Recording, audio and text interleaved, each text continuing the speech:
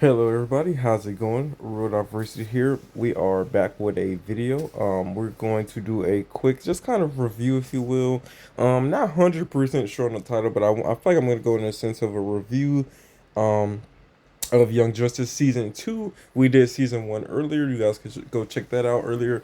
Because a lot of things I'm going to say here is going to correlate to some of the thoughts I threw out earlier in that Season 1 video. For obvious reasons, it's the continuation of the show.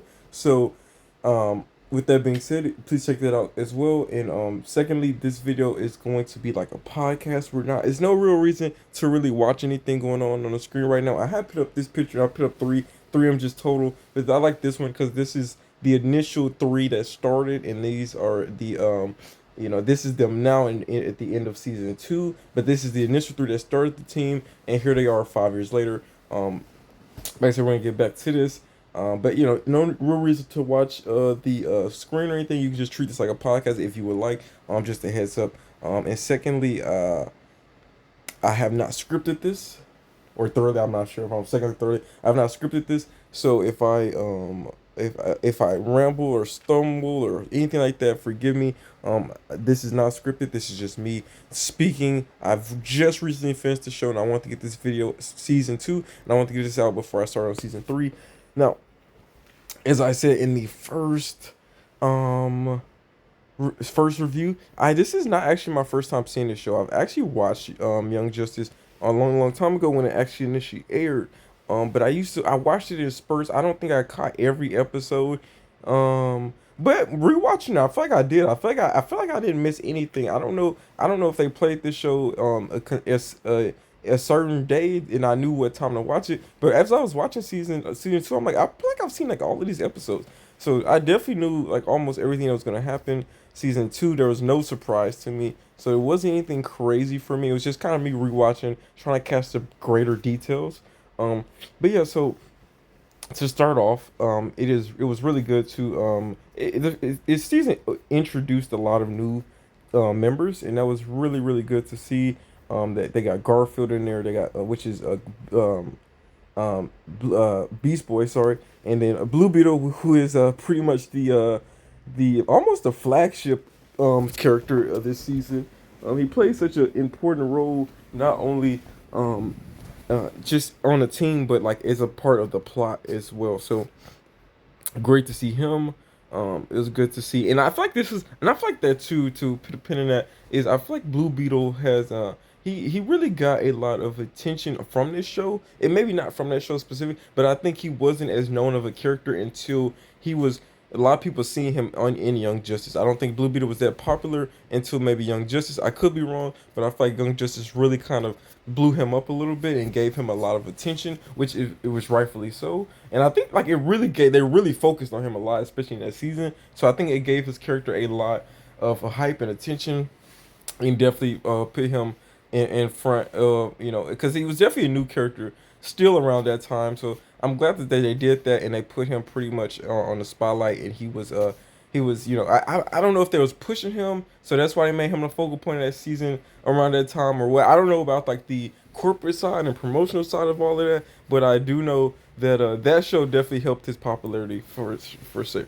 And there was the Bat family essentially. So also about that, so they had Barber, which is Batgirl, and they had Dick, which obviously was Nightwing, um Tim, Dick Grayson, Tim, which is the third Robin. But they also had a memorial for Jason Todd. So Jason was at some point on the team, which I find very interesting that they've already had a loss that's significant. They also had a few other lost ones that I can't remember off the top of my head. I know I had the other Blue Beetle. I know Wally was put up at the end. Also, hold on, disclaimer. I planned to have done like a halfway season. Like when I got to episode 10, I said, "Oh wow, everything is." I'll talk about that halfway through the season. But I got episode 10. I said, "Okay, well maybe I can do a video here and then finish when I'm done." And just ended up never making it. But there was definitely 20 episodes, which I like. When I got to episode 10, I don't know, something just told me to check. I said, how many more episodes left in this season? And it was 20 episodes total. So I was halfway done when I felt the need to make some sort of video. So I'll kind of touch on like things halfway through. But this is a complete review of the entire season. So if you have not seen it, spoilers for sure, spoilers. So, anyways, um, back to yeah. So Jason Todd was there. Tim Drake, I couldn't remember his last name. Tim Drake, Tim or Dick Grayson, and them the three, and then you get later. I don't I have no clue how far ahead this show gets. But then there's also Damian Wayne, who's like the newest Robin, which I don't know if he gets introduced in season 4 or 3. I have no clue. I don't think they go that far. I do know season 4 was pretty like recently made, so he was definitely like the main Robin when season 4 was made. So he may make an appearance. I have no clue. No one spoiled it for me. Anyways, so yeah, that's where we're at. And then we got Wonder Girl, and then very interestingly, we did get that little static group, static, Long Shadow, um, Ty Long Shadow, which funny enough, his ability is some construct of like shadow construct, and then the other two, the guy that can tell. I did not get those guys' names. I wonder if there are, and then the Japanese girl, who could propel herself. I wonder if those characters have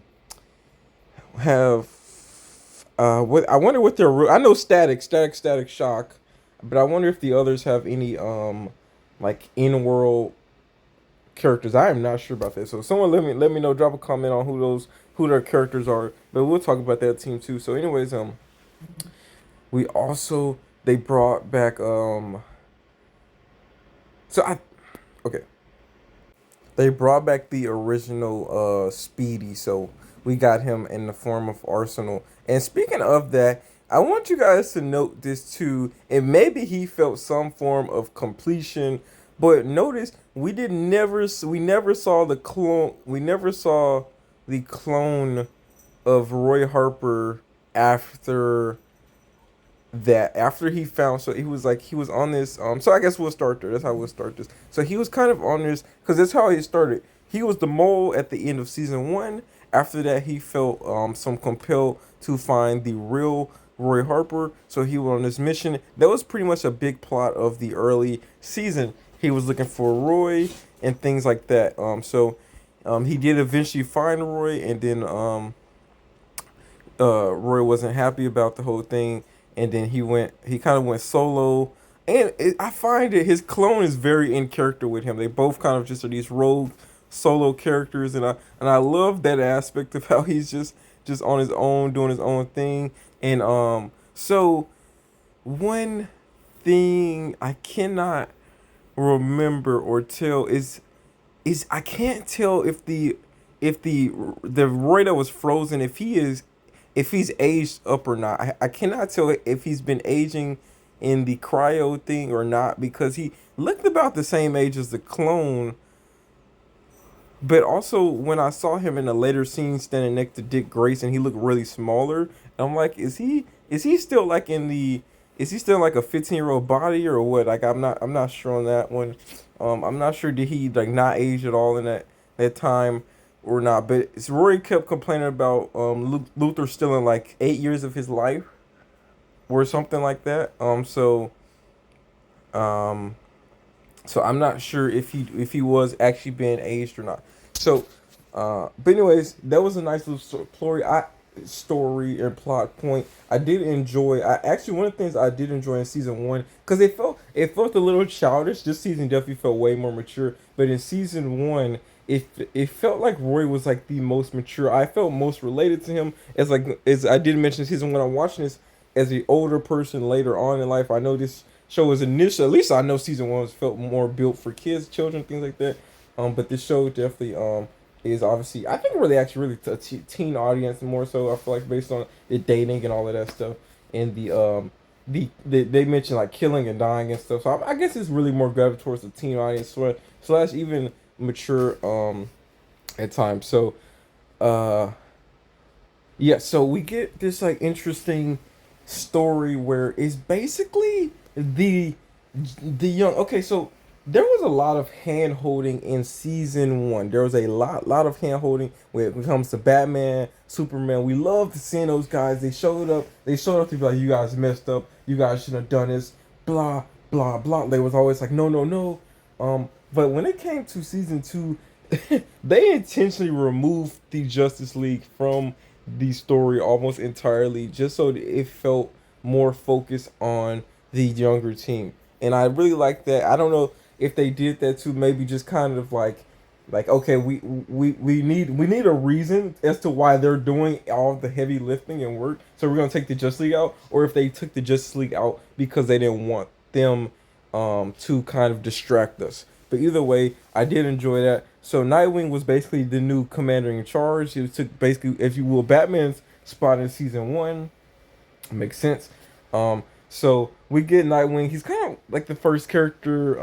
We're I think reintroduced. No, I think okay. So funny enough, they did this. They did this, and I remember this specifically. And mind you, my memory's a little bit more hazy on the earlier episodes because I watched those like a while ago, and then like the first two episodes, and then like I took like maybe a month or two break, and then I watched like the rest of the episodes. So I'm kind of a little bit hazy on the earlier episodes of the season, but what I do specifically remember was the first two characters that we see. I think are Martian Girl and or at least on the original. I don't know if they're the first two we see. I know the first two original members we see McGann and we see Connor. So we see Superboy and McGann and they obviously don't change. They have no physical changes to them. They look the exact same because Superboy is a clone and Martian is a she's a Martian, so she ages differently. So I thought that was pretty a nice touch there what they did with that. So I had no clue as to if they were we you had no clue initially how much time had passed since then. So it was revealed later, 5 years at some point later in the thing. We see Robin is Nightwing now, and we see that there is a new Robin. Um, and you may not even notice this because Tim, you may have even thought that Tim was Dick at first, because Tim looks a lot older than where Dick was in season one. So he looks maybe like he's maybe 15, 16 or something compared to where Dick is. Um, um, and so, or I'm gonna just say Nightwing. So but and then we like I said, Beast Boy introduced him, and then I think even Blue Beetle was introduced as well on that first episode. So we just got like a really good introduction, and then we went into this. They switched shifted into they really focused a lot on Superboy and McGann early on. I think because episode two, they had went to investigate the boom tubes and figure out that situation with the Corletans because that was kind of a that was a very they were introductionary, and what's crazy with that, if you think about the whole initial issue with the league, really like the Corletanians, they they were really just an introduction, a period phase, because I remember they don't have any connection with the Reach, if I am correct. I'm pretty sure there's no connection there with them in the Reach. If someone correct me on that, but I was trying to find, thinking back on it and looking later, like when Reach was introduced and all that, like the Crotons just took a backseat, and we didn't remember. I didn't know anything else going on after. I was like, so yeah. But anyway, so the that was the initial issue, the boom tube. So Superboy and Magon had went to the they had went to the other planets, can't remember the name of the planet, sorry, to investigate that. And so we got a little backstory onto what happened with them. They had a separation time, um, and then we kind of get a little insight on Magon's relationship with Garfield and how she contributed to him getting those powers because she gave him her blood, so that's how they're playing it with his abilities, is that she gave them to her, and that they killed Beast Boy's mom. Queen Bee killed his mom for, I can't remember the exact reason, but she was some sort of advocate or something like that. So I can't remember why. But they took out his mom, so Garfield is with the League now, and they feel like almost like they have this brother sister relationship going on there. And so we kind of find out more as to why Superboy broke up with Magon, and that's mainly because she started using her powers in a sense to kind of almost like she would mind wipe these people and leave them pretty much like comatose, if you will, almost unable to immobilize. almost destroyed their brain. So I'm not sure if that how like true that was. Obviously she fixed Calder, but I don't know how like if others were able to get fixed or on their own or what. But so because of that, he didn't like he kind of didn't wanted to separate himself in that relationship. So um, other than that, not too much happening. First episode or first few episodes really just getting a big introduction. This whole incident with the league was going down. Like we have to go stand trial. And it just showed us how much time had really advanced. Other than that, not too much had really happened as far as um event wise. So let me just jump straight to halfway through the season. Also I guess let me touch on some other things too. Is so we do Wally and Artemis stop fighting. They stop fighting crime. And like I said, I think Impulse was introduced as well. I'm trying to think if I miss any new characters. Lagon, another new guy. I think mainly just them. Beast Boy, Blue Beetle, Lagon, are Impulse, the Bat family. No, Bumblebee might have been introduced. No, I don't think she was introduced last season. So I think this was her first time. We got to see later Zatanna and in Rocket. They actually were in the league, I believe. So um and yes, I think that's really pretty much it. So yeah. So okay. So and then also we knew that the older members of the league had got league invitation. They had got invited to be league members. Like Superboy, Magon, Nightwing, all those Calder, all of them had got invited to be leaguers. So yeah. Um, and moving forward. Okay, so we know that the league had to leave. League went off world. So this became a Young Justice team. Like the younger heroes have to handle everything going on here. And what I actually kind of enjoy is that it's the younger heroes that are doing everything, but they're still fighting the legit villains, the lights. And we're gonna talk about that. But those are the main villains that Superman and them guys fight. So it's very interesting that though they are younger heroes, they still fight the bigger villains. Like they still fight the big bad villains, things like that. So like I said, we're gonna just jump to halfway through, just to avoid making this too crazy long. I'm gonna jump halfway through, but one thing I want to note, a few things is, yes, I do enjoy the time skip. I enjoy how mature everyone became. Even Connor, I was complaint heavily on him. I have to speak on that because I talked heavy mess, heavy mess on him. And in my first review, I felt like he was very immature. I felt like now he is definitely cool. Now he's not a hothead. He's not irrational. He definitely became a very dependable figure on the team. He was smart. He didn't make irrational decisions. He definitely became a pillar of the team, a great leader on the team, and I must say, I that is what I was expecting. I said if his character doesn't improve, I don't like what they did. Now, it was fine and dandy to make him all rash and all of that early on, but now they've shown that they did that for a reason. He's matured, and I'm glad that they did that.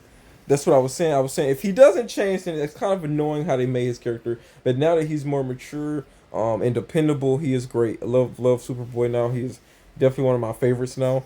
Yes, Calder. We thought that he turned sides, and we're gonna get into that. So basically, jumping to halfway through the season, by this point we have uncovered everything. This after finishing episode 10, go back and like watch episode 10.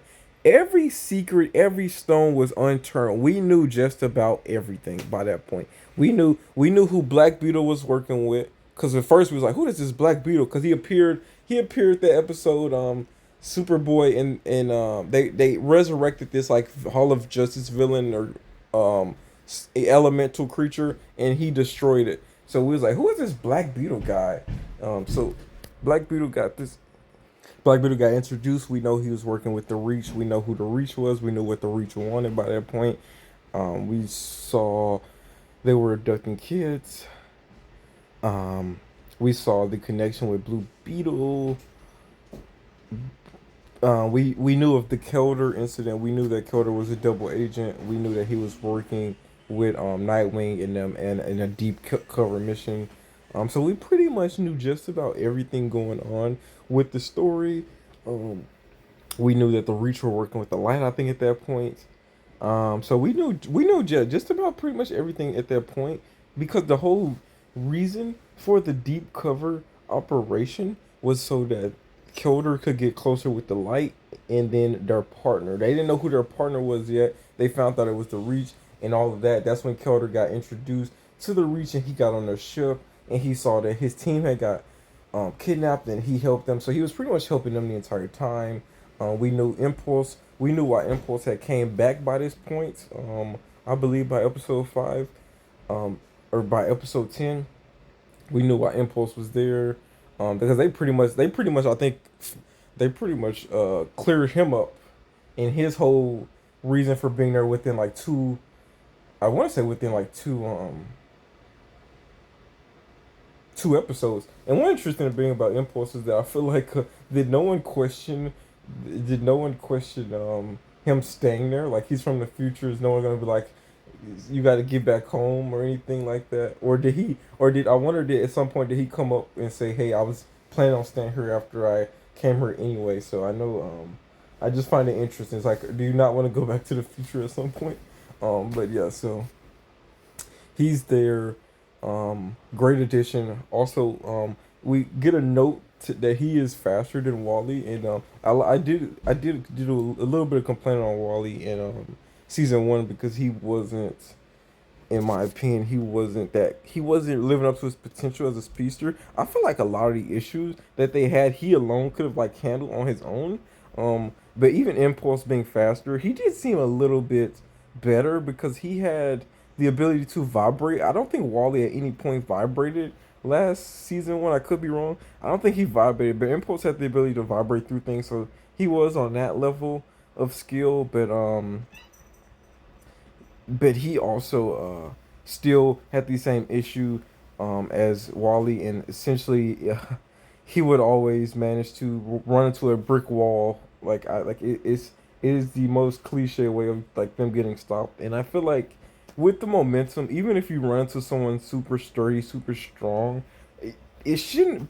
I don't think be an instant like I don't know. It's always interested me, but there was pretty much their cliche way of getting stopped was they hit a brick wall, and it was just it annoys me every time with the speedster because a lot of them should be able to handle these issues solo. Which reminds me, if you guys seen the end of the um the final episode of Teen Titans, the original Teen Titans series, he had he Kid Flash was like the strongest character in the show pretty much, and it was able to defeat pretty much solo like most of the villains if I remember correctly. So this is where he really does stand or should stand, and I found it weird that they threw him in here because he really is a tier above. I feel like some of the other heroes in my opinion. One thing about the Flash is you never see the Flash have any issues or difficulties. But it always seems like the younger speedsters do, in this series. But yeah. So moving on. Oh, I did enough ranting about him season 1. But he definitely he did. We know they have to nerf the speedsters here, or they pretty much like be broken half the show, and that's a lot of reasons why they took Zatanna out, and Zatanna doesn't get seen often either, or even most of the later members were all so strong like Zatanna and I think Rocket, just such strong members that they just took them out like immediately off the team. Like they were on the team, they were here, that we introduced them, but they're leaguers now. So because they're just so powerful, and I feel like they could have did something similar with Kid Flash. But either way, I do enjoy Wally and I do love Flash and Speedster. So I'm glad they're there in some form or capacity. Just wish that they weren't so nerfed. But yeah, Blue Beetle, like I said, was here. He was essentially like a god level fighter. Him and Black Beetle, and Green Beetle were all like god level fighters for quite a while in this show, which they were at times able to solo the teams by themselves. So very very capable fighters, and love that they showed how strong he was, because he really is a almost Superman level character. Um, so and yeah, so Beast Boy didn't get that much attention in my opinion, but hopefully maybe that changes next season, season three. Wonder Girl also kind of didn't get too much attention. They did have like an all girl squad episode, but short lived. I did enjoy that though. Um, but yeah, hopefully Wonder Girl, Beast Boy, and it's really them two get some more screen time. So yeah, we did get Arsenal back. Ron Harper did come back, and I think he like I said, was about the same. He rogue type made sense. I feel like we're gonna see more of him season three. He didn't do too much. Like he does his job every time with him. He's a loose cannon, but he gets the job done. I think his clone got the job done season one. Like his clone literally got the job done. He infected Justice League. He proved he proved his worth like to the league and became a league member. Like that's how good he is as a like a hero. And so um I think he's a really great character. Secretly a secret like dark horse of a like he's just a really good character. People may not notice him, maybe not even like him just because of the way he acts sometimes. But he is a really strong character as far as like presence and the, contribute to the show. So really subtle on her thing. And speaking of that too, he has his clone has a child, and I wasn't sure how real that was. It wasn't mentioned again, and I don't know if there was some relationship at some point with these them two had. I know that they did have some beef in season one, but I didn't remember any relationship stuff. So maybe that was just something they threw off the table. I did know that season one, Roy was like the oldest. He was already 18. He's the age Nightwing is now, so he was already like years above the other guys. So everything felt purposeful this season. Like everything felt like it connected. Everything had a direct relationship. Even though I can't remember exactly what the Croatians had with the Reach, I know they're all related in some way or fashion. But yeah, everything was related. Everything felt like paced. They packed so much into just 20 episodes. I really enjoyed that there was always something going on.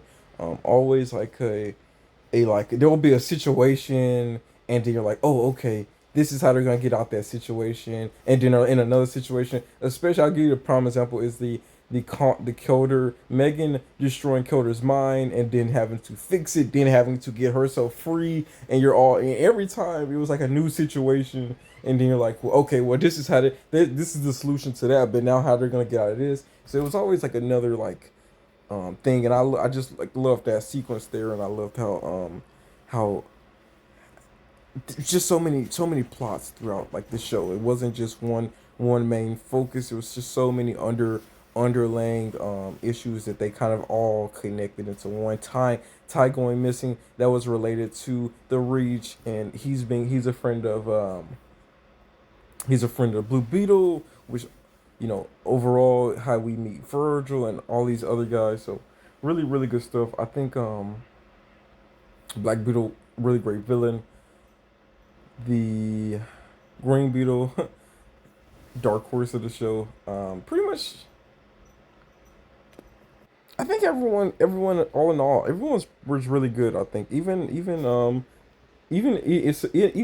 ended like with Vandal Savage still on top. We think the heroes have pretty much won a day, and at the end of the day, Vandal Savage, as usual, is in control, as he was at the end of season one. Season two, he has interestingly enough become like Lex is here. Like you would think Lex would be the big bad, but like it is truly like Vandal Savage who is the like top dog, if you will, of the villains hierarchy, which he's working with Dark Side. So very interesting to see how that shapes up season three.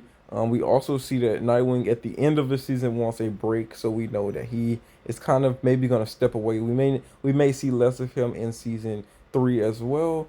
He wants to put Kilder back in charge. I thought Kilder would deny it and just be like, no, you stay in charge.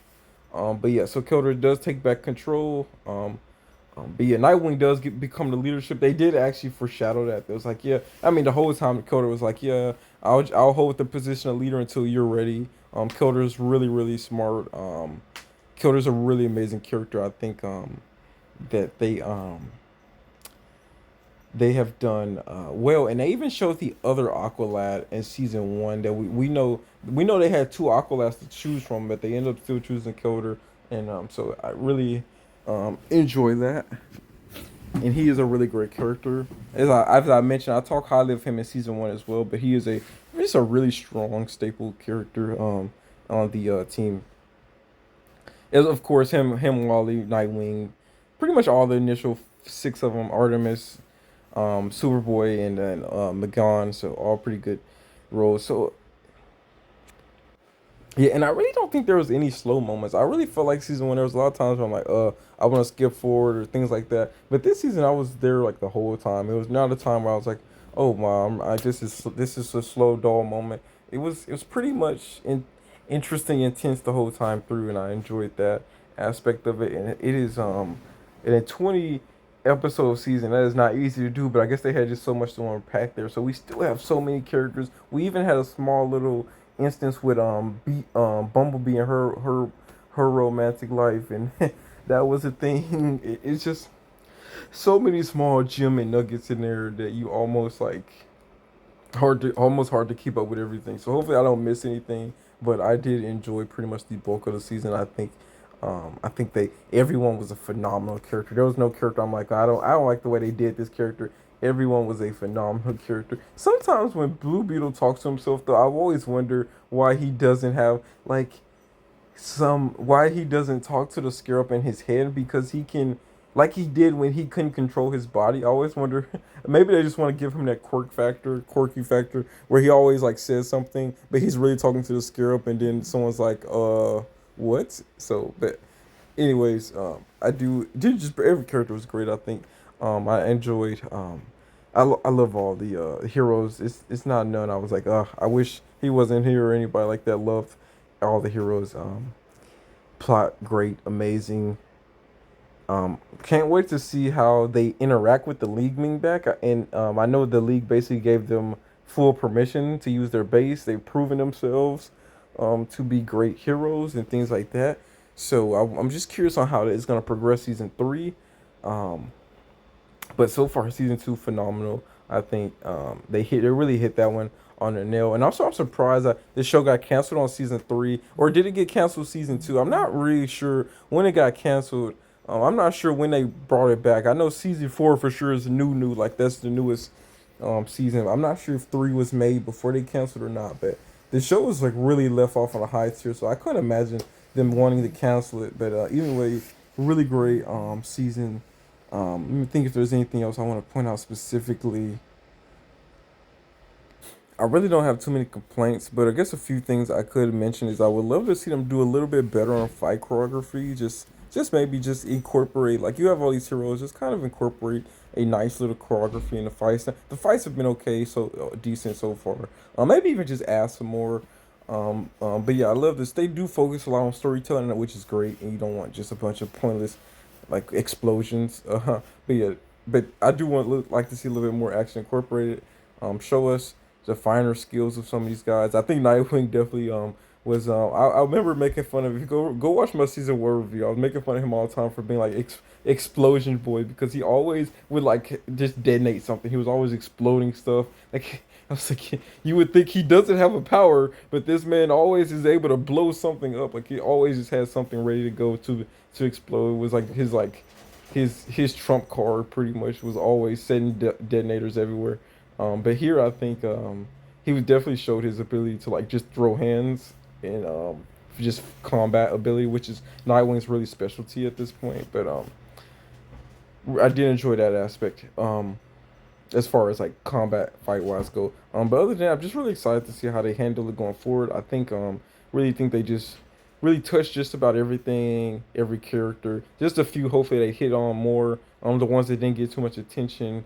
I do like to I would like to kind of see some. I know the Justice League wasn't there, so we didn't really get to see. But I would like to see some more connections between like Batman and his family, and then like Superman and Superboy. Rather want to see some more of that going on. But we did get a plenty of that in season one. But hopefully they touched back on that because it was kind of a sketchy relationship. That's how I remembered. But I think they kind of touched on it briefly early in season two that they were in a better spot together. So, but other than that, yeah, man, I think I really enjoyed this. I really don't have too much else to add. Um, but if I do, I will definitely make a part two if it's just something so compelling that I missed. But other than that, man, I really enjoyed every character. Really phenomenal season. It just makes me want to get straight into the next one and see where they go from there. I really enjoyed the plots. I think the twist would have hit me harder if this was my first time watching it. But yeah, they really did a number on the storytelling here. Like compared to season one, like this is like I would give this like a 10 out of 10. Season one maybe like an 8 out of 10, like 8.5 or so, maybe even a 7.5. I it went around there, but this one's definitely 10 out of 10. I think definitely hit just about everything and great storytelling and just a great like conclusion. Everything just makes sense, lines up. It wasn't any like really didn't really feel like too many plot conveniences. Even the way Aqualad got saved or they kept cover, it all felt legit. It didn't feel like any bailouts or anything like that. So they really did a good job there. And like I said, if you did enjoy this, please hit that like, thumbs up, subscribe, leave a comment, leave a review. I want to hear you guys' thoughts. Um, let me know how I did, and let me know what you guys thought about the season. Anyways, man, Real Diversity, we're out. Peace.